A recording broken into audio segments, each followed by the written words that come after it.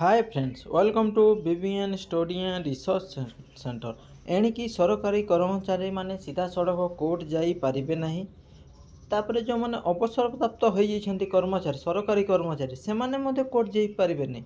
आसिला नुआ गाइडलाइन आसंतु पूरा डिटेल से जानिबा कौन हेले आपण माने कोर्ट जाई पारिबे नहीं कि ओडिशा सरकार कौन एंती करेंगे जहाँद्वारा कि आपण कोर्ट समाधान नहीं करी ओडिशा सरकार डायरेक्ट समाधान करेंगे ता विषय पूरा डिटेल से जानिबा आसंतु ए वीडियो को स्टार्ट करिबा।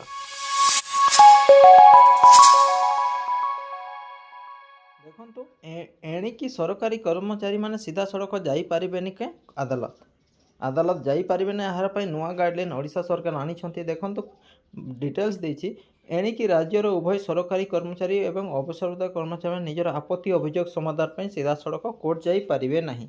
एणिकी नियुक्ति पदोन्नति और देय और अन्य सेवा शर्त प्रसंगे कौनसी कर्तृपक्ष उपर क्या माध्यम भी चाप पकई पारिबेनी। यह मध्य हेछि कि क्या माध्यम आपण चाप पकई पारिबेनी। जदि कौनसी कर्मचारी सीधा सड़क कोर्ट को जाती ताहले तांको रिट पिटिशन को खारज करने पर सरकार मध्य कोर्ट को अनुरोध करने को पछेबे नहीं।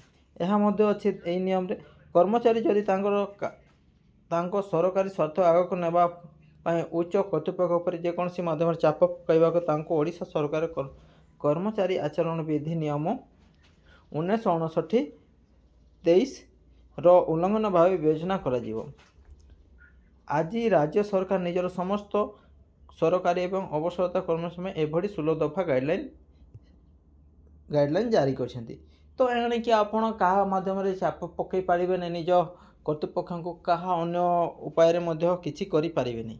किछि जदि आमको आपण मानक इमरजेंसी अछि बा किछि जदि समाधान नहीं पारनी तो ताहा मध्य गाइडलाइन अछि कोन रहिछि आसंत डिटेल से देखियो।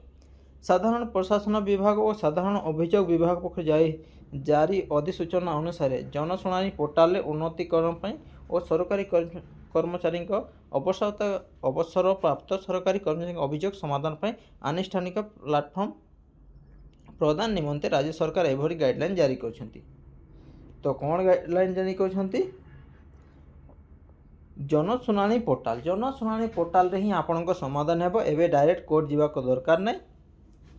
सरकार खूब शीघ्र जनशुणानी पोर्टाल सरकारी एवं अवसरप्राप्त कर्मचारी अभियोग गुड़िक परिचालना पर एक निर्दिष्ट पेज प्रस्तुत करेंगे जो कि समस्त मुख्य कार्यालय गुड़िकर उपखंड स्तर ठू आरंभ कर राज्य स्तर पर्यंत अधस्तन कार्यगुड़िक स्थलगुड़िक चिन्हट करेंगे।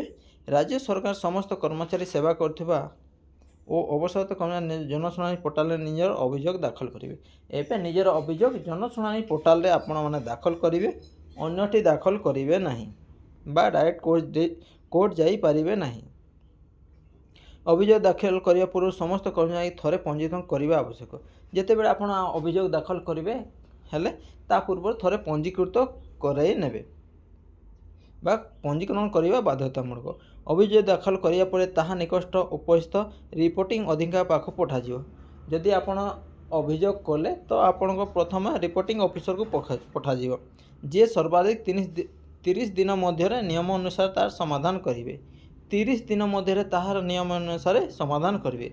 जदि ताहा उक्त अवधि मध्य समाधान न हुए उक्त अभियोग सत प्रवृत्ति भाव परवर्ती उच्च कर्तृपक्ष को निकट को जीव। जदि से 30 दिन मध्य समाधान न हेले ताहले नेक्स्ट ऑफिसर पाखु सेटा पड़े जीव। सेटारे समाधान न हेले तार परवर्ती समय स्वयंचालित भाव संपुक्त कर्मचारी कार्यरत थिबा निर्देशालय विभाग स्तर को जीव। देखते सेठी मध्य समाधान न हेले आपनकर जो भी कार्य कर तार हेड जी अच्छा तांको पाखक जीव। कर्तृपक्ष निकट अभियोग समाधान पर सर्वाधिक 30 दिन पर्यंत समय उपर जितेबाला आपण कर्तृपक्ष उपर 30 दिन समय रे समाधान जदि न हुए तेबे जदि समस्त थर अभियोग पर कर्मचारी अभियोग समाधान हो न पारे ताहले चाहिए विभाग मंत्री किंबा मुख्यमंत्री को भेटी पारे। जदि आपण हेड जी अच्छा आपण कर्तृपक्ष से जदि 30 दिन मध्य समाधान न करती ताहले तार विभागीय मंत्री बा मुख्यमंत्री पाखरे आपण डायरेक्ट भेटी पारिबे। सही भेटिबा तांको निर्धारित फॉर्मेट निजर उपस्थिति अधिकारी ठार अनुमति नहीं छुट्टी रे आसीबाको पड़िबो। किंतु जदि सेमाने समाधान कर न पारती ताहले तांको विभागीय अधिकारी ठू निर्धारित फॉर्मेट रे बा परमिशन आनिकर छुट्टी आसीबाको पड़िबो। पंजीकरण अभियोग विभिन्न कर्तृपक्ष निकट प्रत्येक पर्यायर स्थिति संपर्क में आवेदनकारी को एसएमएस माध्यम अवगत कराई दिज्व। जदि आपण यह गोटे भल सुविधा कि आपण को किसी भी है जदि 30 दिन मध्य जदि यह समाधान ना उपरिस्थित ऑफिस को पठागला ताहले आपण मोबाइल नंबर एसएमएस माध्यम आसीजिवो। सेहीपरि धार्य समय समाधान हो नथिबा समस्त अभियोग गुड़िक स्वयंचालित भाव मुख्यमंत्री अभियोग प्रकोष्ठ को चलीज। जदि जो गुड़ा धार्य सीमा मध्य समाधान न हुए जोटा क्रिटिकल केस गुड़ा होता डायरेक्ट मुख्यमंत्री प्रकोष्ठ को चलीज।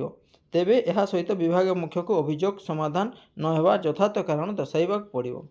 तापर देखंतु जदि आपन हेड जी कर्तृपक्ष जी जदि समाधान न करि पारले तांको मध्य कारण दर्शाओ नोटिस पठा जिवो। जदि कौनसी कर्मचारी सबुथर अभियोग न जणे और अभियोगर समाधान समस्त विफल होगा पर पूर्व कोर्ट मामला दायर करती ताहले राज्य सरकार उक्त कर्मचारी लिखित आवेदन को खारिज करने कोर्ट आवेदन करेंगे। केवल सेतिक नुहे ओडिशार कर्मचारी आचरण विधि नियम 1959 धारा 23 उल्लंघन कर कौन कर्मचारी तांको सरकार नियुक्ति पर्यंत देय अन्य सेवा सत्त प्रसंग कौन कर्तृपक्ष उपर कौन प्रभाव पकड़ चेष्टा करेंगे नहीं।